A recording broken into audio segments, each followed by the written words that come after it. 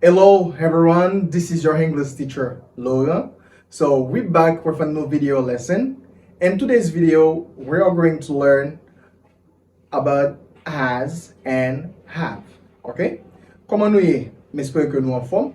Dans la vidéo aujourd'hui, guys, nous allons parler de has avec have. So we're gonna talk about how you can use it, and we are going to see some examples. Okay, so first and first, I want you to subscribe to the YouTube channel if you are new. Premier bagay nan mande pou fè c'est abonner avec channel là sou nouveau, partager, like et puis commenter. Dans la section commentaire, toujours dis nous qui soit pensé de vidéo parce que feedback est vraiment important pour nous. Okay, so listen and repeat. Tendez et puis répétez. All right. Has, have. Okay? Has, have. So, how can we use has and have in English? Comment on peut utiliser has et have en anglais? Has and have, c'est ça nous en créole gagnant. Okay? Des maps dit gagnant dit has ou bien have. So, we're gonna see the verb have in English. Nous parlons le verbe avoir, c'est ça nous le verbe gagner en créole. So, I want you to repeat. I have. Repeat again. I have. I have. Moi gagné. Okay? I say, I have. Okay? Ou gagné. You have. You have. Monsieur gagné. Li gagné. He has. He has. Okay? Demoiselle la gagné. Elle a. I say, she has. She has. We use it for things or animals. We use it là c'est li pour chose ou bien animal. It has li gagne. Okay, mais parlant de une chose ou bien un animal. And we have nous gagne. You have ou gagne. They have you gagne. This is the simple present tense of have in English. Ça c'est un présent verbe avoir en anglais. Okay? So let's see how we can use have and has in English. Okay? First, we can use have. Nous capables d'utiliser have pour nous parler de possession. Okay? When it comes to possession in English, so we can use have. All right? The first use of have is for indicating possessions in English. Indicating possessions in English. C'est pour nous parler de possession en anglais. Ça que posséder, ok? Something that belongs to me. On bagay qui pour moi, yon bagay qui pour ou, yon bagay qui pour lui, yon bagay qui pour nous, yon bagay qui pour yon groupe de monde. Nous utilisons have et puis has. Alright? So, let's take this example. On peut exemple ça ensemble. Si m'a dit, monsieur gagne yon machine. Comme kap dit ça? M'a dit, he has a car. Moi, je vais répéter. He has a car. He has a car. Monsieur a une machine. OK? Il a une voiture. He has a car. Alright? So, si je dis moi j'ai une machine, I say, I have a car. Moi j'ai une machine. I have a car. OK? Yo j'ai une machine. They have a car. Okay, so we use have, as I said before, to talk about possessions, when something belongs to you, to me, and etc. Okay, so the second example that we can take is they have a big house. They have a big house. Yo gen yon gros kay, ouais? Moun sa yo nap gade la yo, yo gen yon gros kay, m'di, they have a big house. Ils ont une grosse maison. They have a big house. Comme dit yo gen yon gros kay, they have a big house. It's like have, it's have, all right? They have a big house, all right? Okay, so now guys, we can use have and as for talking about characteristics, okay? So when we want to talk about characteristics, we can use have, okay? Depuis nous voulons parler de caractéristiques, nous sommes capables d'utiliser verbe avoir ou en français ou bien verbe gagner en créole. OK? On a quelques exemples ensemble. Si m'a dit moi gagner, if I'm describing myself, si m'a décrit tête moi, et bien me dit moi gagner un cheveu marron, ou bien moi gagner un cheveu noir.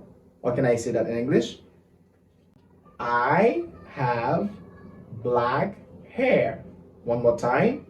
I have black hair. I have black hair. Ça veut dire, moi j'ai cheveux noirs. Okay? I'm just talking about my personal traits. Okay? Je parler de traits personnels. Moi, de caractéristiques. Moi, je dis, moi j'ai cheveux noirs. Quand ça, tu me dis, moi j'ai yeux bleus. I have blue eyes. Okay? I have blue eyes. Good. So the second example that we can take is she has a great sense of humor. Okay?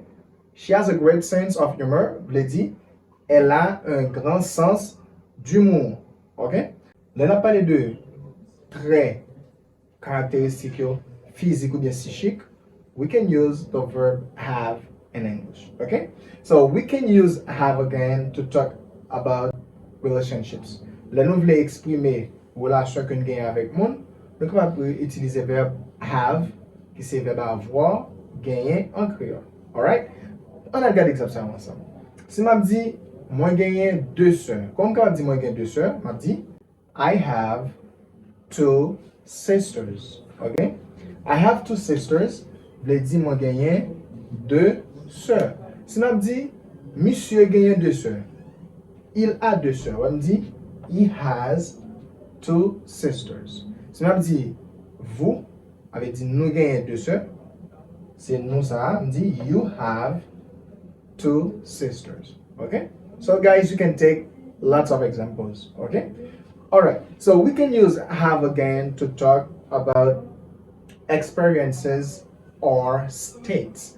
Là qu'on a parlé de expérience, nous, on a parlé de état en bagay, nous allons utiliser le verbe avoir, qui c'est le verbe have en anglais. OK? Par exemple, si je dis, nous avons un rendez-vous aujourd'hui, ou bien nous avons une réunion aujourd'hui, comme on dit ça en anglais. I can say, we have a meeting today. Okay, I want you to repeat. We have a meeting today. We have a meeting today. Nous avons une réunion, nous avons une rencontre aujourd'hui. Mais quand il y a si m'table dit, moi gagne une rencontre aujourd'hui, comment m'a dit ça, m'a dit I have a meeting today. Okay? I have a meeting today. I have to go. Okay? Moi dois aller parce que moi gagne une rencontre ou bien une réunion aujourd'hui. Okay? So the other example, guys, is she has a headache. Okay? She has a headache, veut dire mademoiselle ou bien demoiselle là, elle gagne une tête fait mal. Okay? Elle a mal à la tête. Okay? Elle a mal à la tête, ça veut dire qu'elle tête fait mal. On dit she has a headache. Headache. H aspiré. Okay? Tête fait mal, c'est headache. Okay? Moi, j'ai tête fait mal. I have a headache. Okay? I have a headache. Okay? I have a headache. Moi, j'ai tête fait mal. Yo, get tête fait mal. They have a headache. Okay? So, guys, you can take lots of examples. Okay? So, now, guys, let's do this practice together. Kounya, on a laissé faire pratique ça ensemble.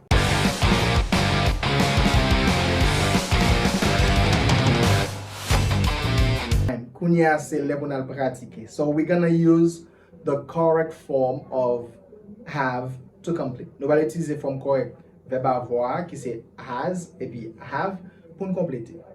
Bon, bah, non, petit boule. Has, c'est troisième personne singulier. Il marche avec he, she, it. Ou bien un nom animal, ou bien un nom chose, ou bien un nom propre. OK? Qui singulier. Et nous gagnons l'autre, have, il marche avec I, you, we, they. OK? So let's do this together. On a fait ça ensemble. So I want you to complete with me. Moi, je vais le compléter avec. She, a beautiful girl. So what I'm gonna put, qu'est-ce que ça m'a mettre? She, a beautiful girl. Yes, good job. Okay. She has a beautiful girl. Elle a une jolie fille. Moi, j'ai une belle petite fille. Okay. She has a beautiful girl. So let's go to the number 2. They, yo, they, brown hair, cheveux marron, cheveux bruns. Okay? Yo gen cheveux bruns. So have or has? Correct. It's have. Okay? They have brown hair. Yo gen cheveux marron. Yo gen cheveux bruns. They have brown hair. Okay? Number 3. Paul, a nice watch. Paul gagne yon belle montre. On dit montre en anglais, on dit watch. Okay? To watch veut dire regarder, but watch veut dire montre. Ça nous met en anglais. Okay? Paul, a nice watch. Paul gagne yon belle montre. Okay? Ça nous dit là. Perfect. Paul has a nice watch. Because Paul can be replaced by E. Nous allons placer Paul par E. He has a nice watch, or Paul has a nice watch. Good job, guys. And number 4, you and I, toi et moi, on met avec moi. Yes, we can replace it by we. You and I, perfect. You and I have the same problems. Okay? Par exemple, on va expliquer le problème ni. On va expliquer le problème ni pour dire, on même avec le même problème. Comment on va dire ça en anglais? You and I have the same problems. Hey, you and I have the same problems. Moi même avons le même bagage, nous avons le même problème. You and I have the same problems. Or we can replace this by we. We have the same problems. Okay? That's the same thing. We have the same problems. Good job. And we have 5. Number 5. Jack, a lot of friends. Jacques gagne un pile d'amis. On dit un pile d'amis en anglais? A lot of friends. Okay? Jacques gagne un pile d'amis. Has or have? Perfect. It's has. Okay? Because Jack, it's a singular noun and it can be replaced by E. Donc, on va placer Jacques par E, qui c'est un nom singulier. Jack has a lot of friends. Jacques gagne un pile d'amis, ou bien he has a lot of friends. That's the same thing. Okay? And we have number 6. We, nous. La marche avec qui ça? Perfect. We have a new car. We have a new car. Nous gagnons une nouvelle voiture. Ouais? Nous avons une nouvelle voiture. Ou bien nous gagnons une nouvelle machine. We have a new car. All right. So number 7. You and your wife. You and your wife. Toi et ta femme. On est avec madame ou yon gros caille. On est avec madame ou gagnons gros caille. Ça n'a pas été là. Ok. Dans la section commentaire, on va écrire réponse là. Ok? Merci en pile parce que tu as regardé la vidéo jusqu'à la fin. Soutenez mes vidéos, pas oublier, bah nous un like, ça va encourager nous faire d'autres vidéos. Abonnez sur votre qu'on fait ça. Partagez le l'autre monde qui est intéressé et commentez. Dans la section commentaire, dites-nous qui soit pensé de la vidéo et qui soit en nous parler dans la prochaine vidéo. It was your English teacher, Laura. See you in another video. Bye bye for now.